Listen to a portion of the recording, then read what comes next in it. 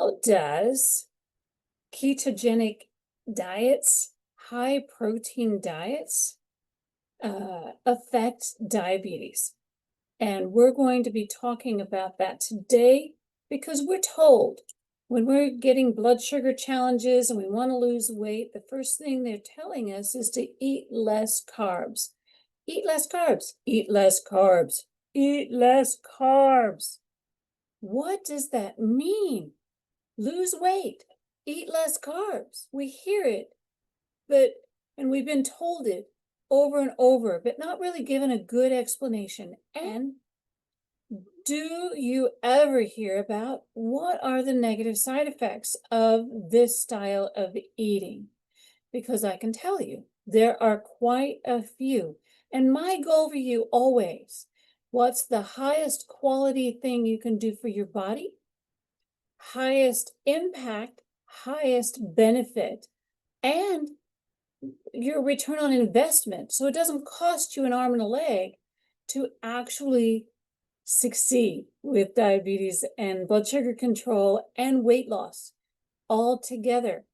But it's quite a challenge when eating a carnivore diet or eating ketogenic diet or eating low carb diets don't have a good explanation, nor do you get a good response as to what happens to you. So ketogenic is what we're going to call this, a high protein diet that normally consists of just mostly eating meat. And we're going to talk about this. The ketogenic diet, it's been around a long time, since the 1940s.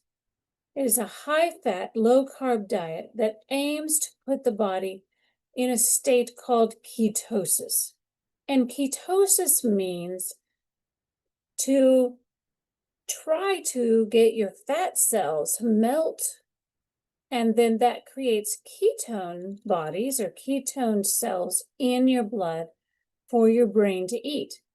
Your brain, though, loves glucose. Have you ever had a sugar craving? I know. It's very common. And when you go on a high-fat, high-protein diet, you tend to not have sugar cravings because your body is melting cells. Your body melts these cells to create ketone bodies.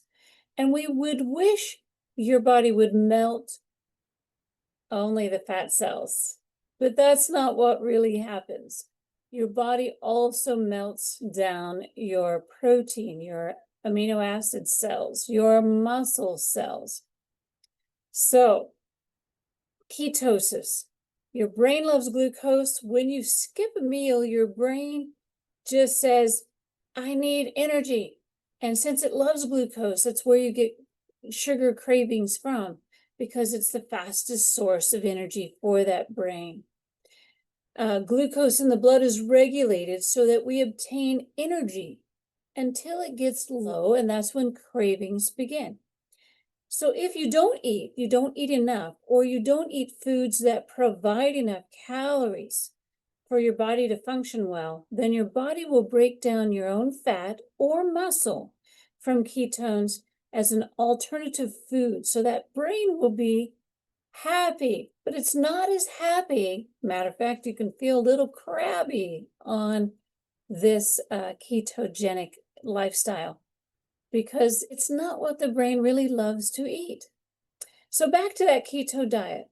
The constituents are fat in the diet is 55 to 60% fat, whether it's from meat, fish, eggs, cheese, butter, olive oil, avocado, or nuts.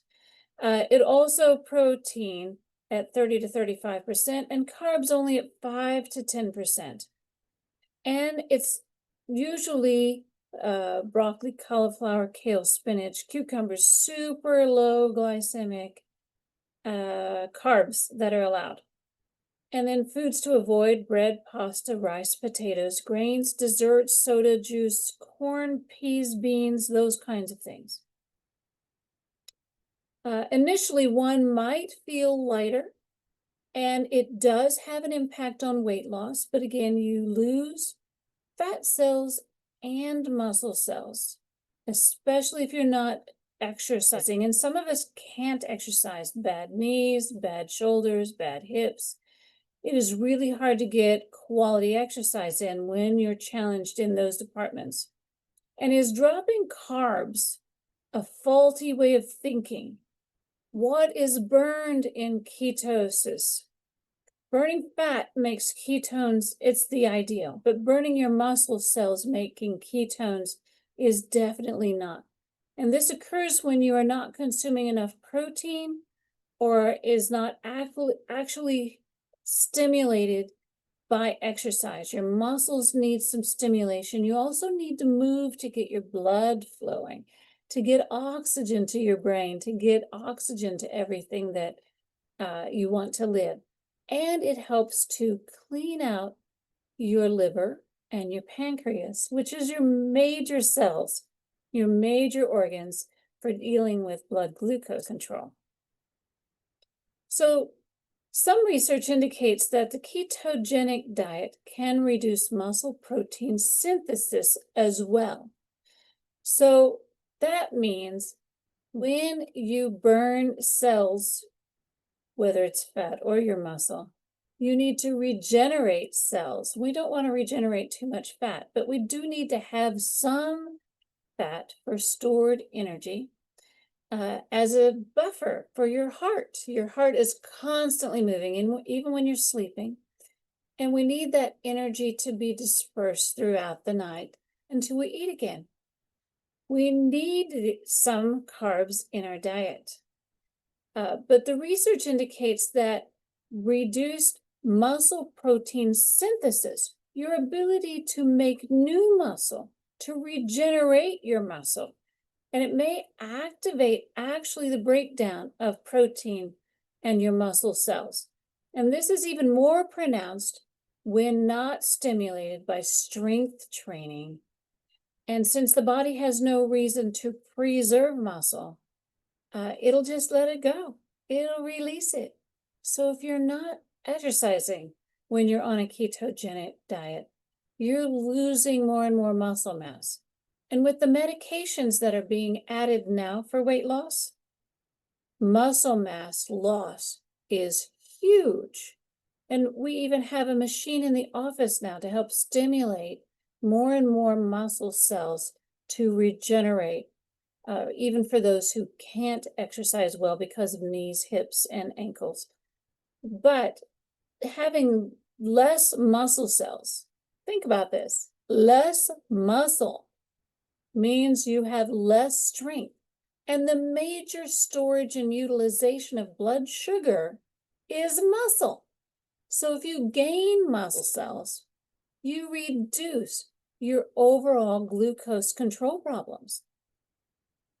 So when you have adequate muscle to use glucose in the blood, you get more glucose control.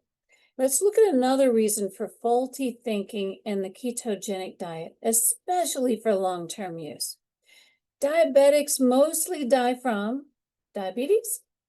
No, they die from heart disease, heart attacks, heart failure, and other cardiovascular problems. 680,000 deaths annually from heart disease, and diabetes is a major risk factor, and you're twice as likely to have heart disease or a stroke than those who do not have blood sugar challenges. And the American Heart Association considers diabetes one of the most manageable risk factors for cardiovascular disease. It is a good idea. I agree with those that promote ketogenic diets that sugar, refined white flours, other refined, highly processed foods like juice from concentrate should be removed. I really love to consider replacing, not just removing, but let's see what we can do to replace those foods so that you have maximum satisfaction and control. control. We're looking to use DNA-based nutrition, test your oxidative stress levels, see what your body is capable of, and heal. Heal diabetes, heal your body, lower your A1C. There are so many things that play into this that we have an entire method that we use, including as winners in diabetes, weight management, interval training exercises, nutrition, how to navigate with the medications you use or how to avoid medication use in the future.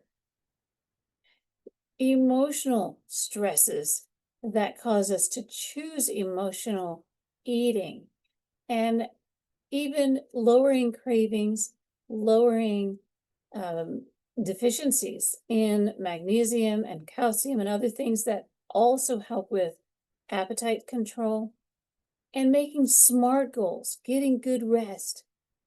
The method we use addresses every level you're dealing with.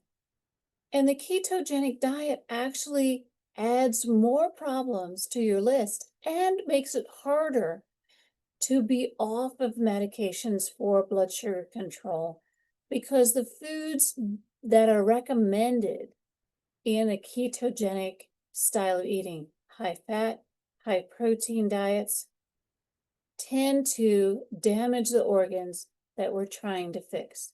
Your kidneys, your eyes, your cardiovascular system, and longevity is what we're looking for. My mother is a prime example of someone who says, I don't plan on dying soon. I don't plan on getting heart disease. I don't plan on getting kidney failure. I don't plan on heart failure. I don't plan on not being able to walk because my legs are so swollen because my kidneys can't flush off the excess fluids. And yet it happens. We can look to what has already happened in the life of our parents and our grandparents and pray it doesn't happen to us. Or we can act. We can decide.